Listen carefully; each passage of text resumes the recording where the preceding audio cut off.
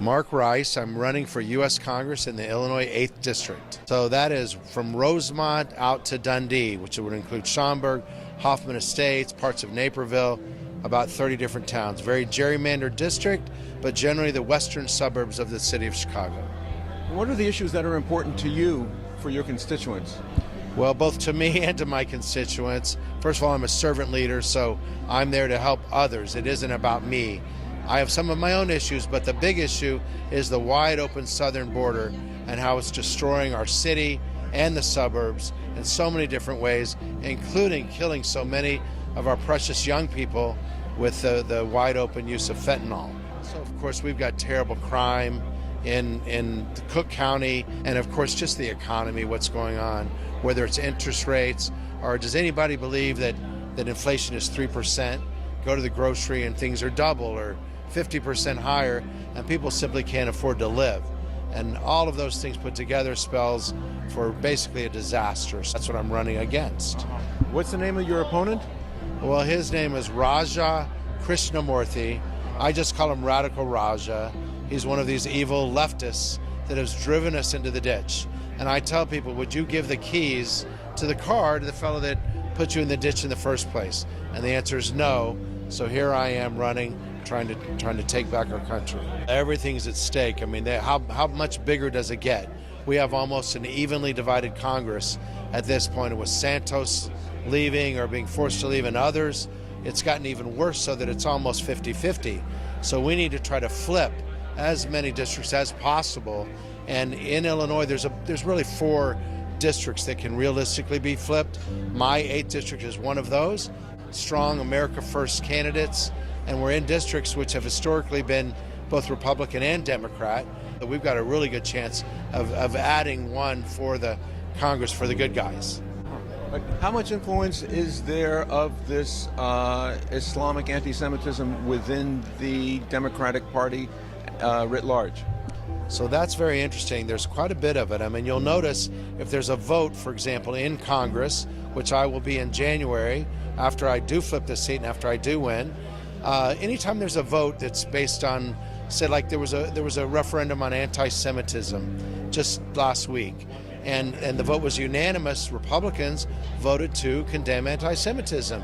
Well, why is it that only half the Democrats voted that way?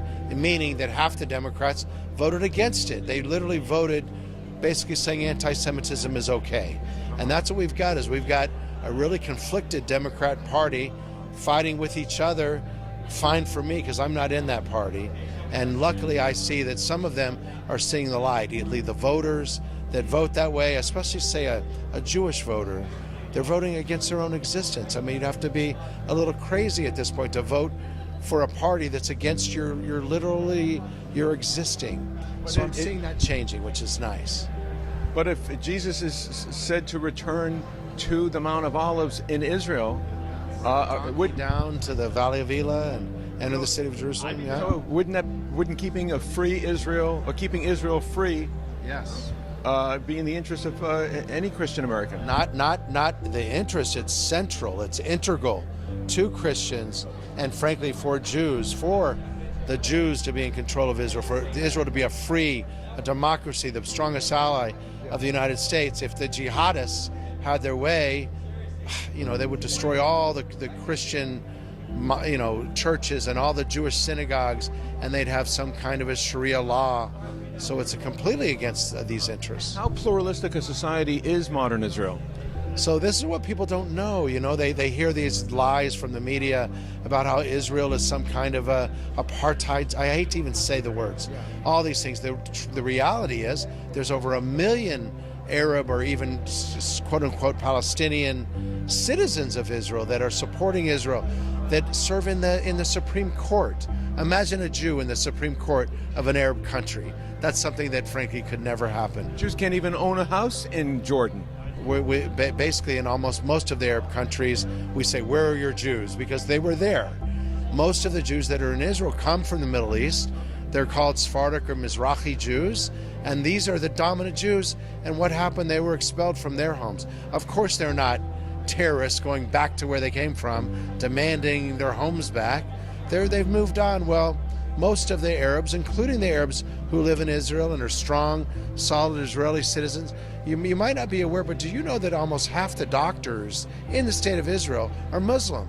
I mean, Israel is a democracy where Muslims, frankly, live a much freer and better life than they do in any of the surrounding countries. They have different. How about Christian life? Are Christians equal citizens able to vote? Well, let's face it, Christians are under attack just like Jews all over the world, whether they're Catholics, even the Democrat Party, or let's say this current administration is attacking Catholics.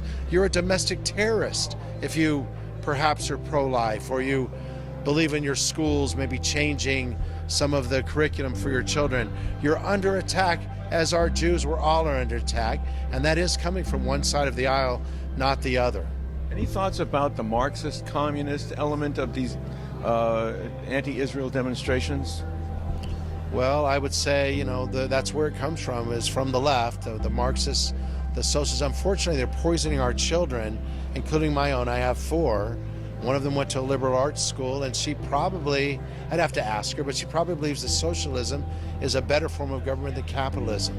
We're from the finest country that's ever existed, probably in the world, in the history of the world, and we are at risk of losing it. And that's frankly one of the main reasons I'm running, is we've got to bring that back.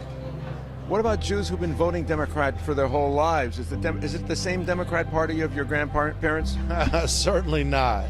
Certainly not. And to your question, this idea of being anti-Israel is not the same as anti-Semitism. That's complete nonsense. I mean, essentially, they're against a free people, a religious people, a free country, a democratic country. They're against that. And why are they? Well, there's anti-Semitism as part of that. And that's something we just can't stand for. And it gets hidden and masked into politics and geopolitics about Israel. But, good people, most people, frankly, they recognize terror. Terrorists are terrorists. These are people that want to kill people who don't believe their way.